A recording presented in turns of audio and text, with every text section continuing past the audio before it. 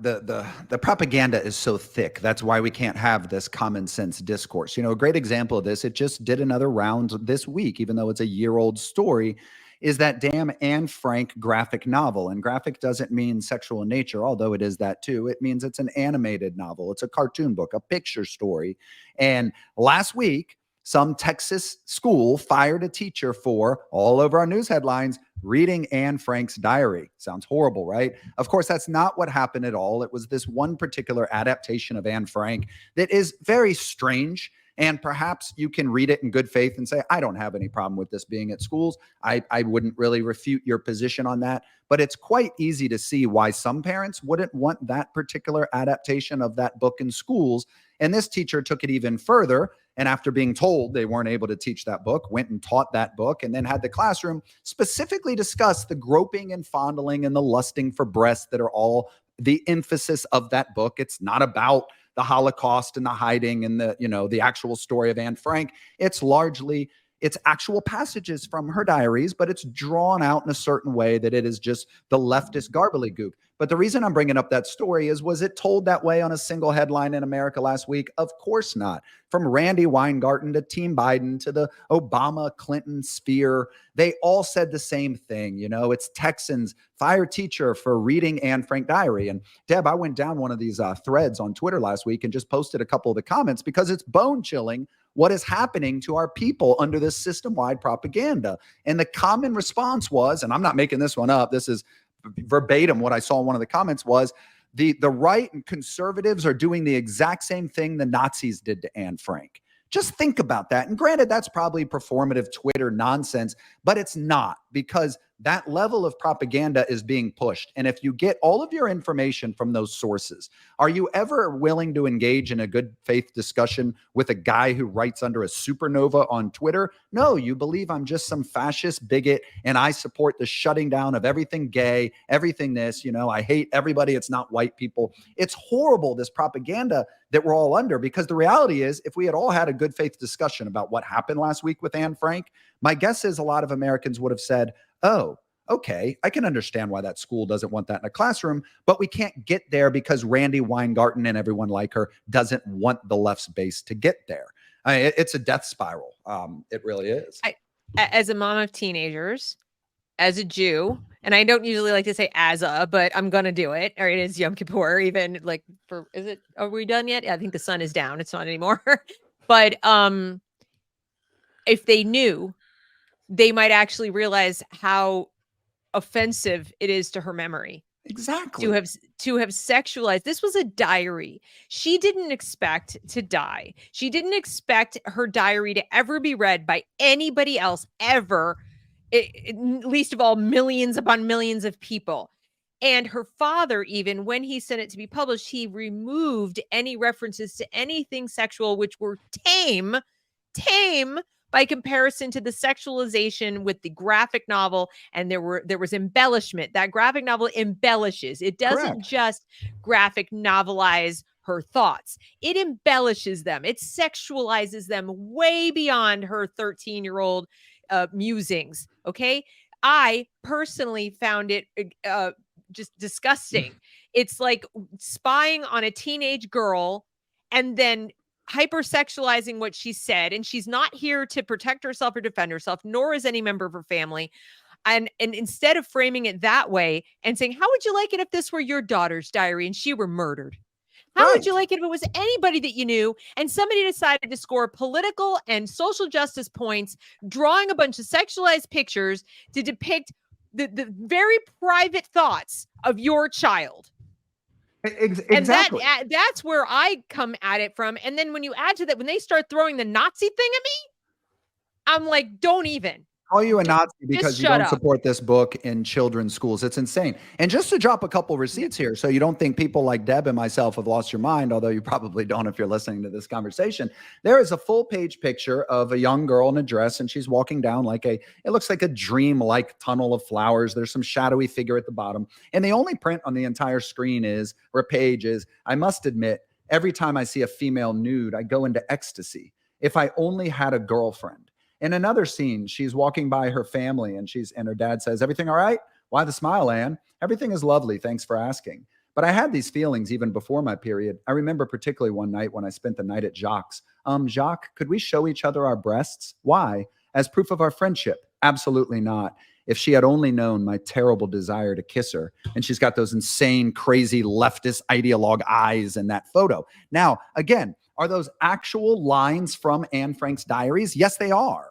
But is that the essence or the crux of that literature, those diaries, and why we share them all these decades later, her lusting over female breasts? Of course not. And yet that's what was drawn out, and that's what was enhanced and highlighted in that graphical novel. And by the way, that's why some school districts have said, wait a minute, why is this how we're teaching Anne Frank? Because is that doing,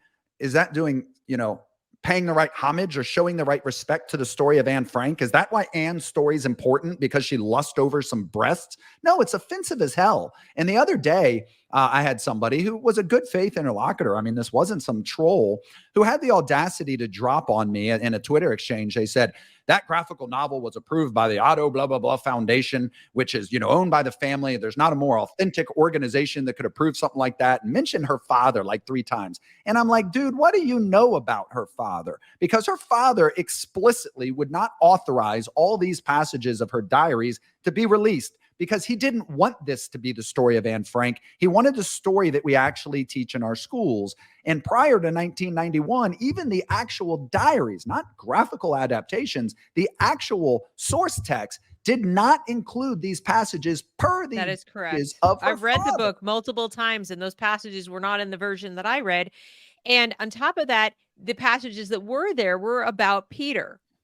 Okay, so and there was more actual action, if you want to call it that, in the direction of anything resembling sex, with him, than in her little fantasy world about her girlfriend, or before she went into the annex. Yeah, and you would So definitely not know that in the graphical adaptation. you would not. They make it out like she's a closet homosexual, and like that she's a lesbian, as opposed to having little thoughts or whatever. And they completely leave out anything to do with Peter. Right. And this was a real live boy in the annex with her. Right. So exactly. it's obviously slanted. It's obviously designed to serve a purpose, the purpose of the people who wrote it, the purpose of the people teaching it.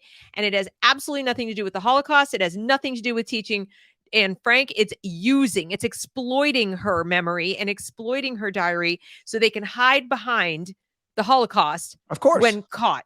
Let's talk about one more example of this thick propaganda that is preventing us from having common sense discussion and logical scrutiny of policy that is needed, and is driving our whole country down a revolutionary path that isn't supported by 99% of our country.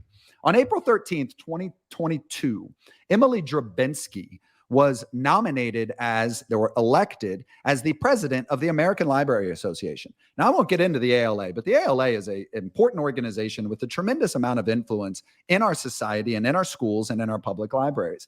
When she wins, she gets on Twitter. This is her own words. She says, and I quote, "I just cannot believe that a Marxist lesbian who believes that collective power is possible to build and can be wielded for a better world is the president-elect of ALA Library. I am so excited for what we will do together. Solidarity." She broadcasts herself as a Marxist lesbian who wants to use collective power to see what we can do together in solidarity.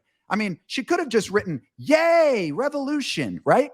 That is the president-elect of our American Library Association. In a sane world, that's the biggest news story of the evening. Across every channel, we're going, holy, you know what? Our American Library Association has been taken over by open and overt communists. Instead, it didn't even make news coverage. Only people like Deb Philman and Theo Jordan talked about it on Twitter, and then we were attacked for being bigots and fascist against our democracy for bringing it up. Fast forward a couple months, I think it was about 6 months, hardly anybody knew about the story because it got no mainstream press. And somehow that came up again. There was some sort of event that made this batshit crazy Emily person, reach the public surface again. NBC News runs a news story, but I would need to put that in air quotes, about what's going on. Oh, that's right.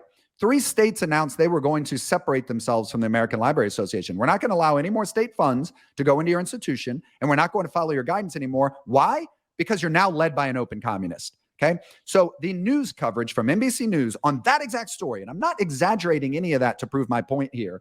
I've cut the headline off in the thing I put up, but it was, several states move away from American Library Association, many of which have LGBTQ and racial themes, is part of the reason for the library exodus. Shows a picture of 3 people sitting, and in front of them is a sign. It says fascism equals censorship, oppression of opposition.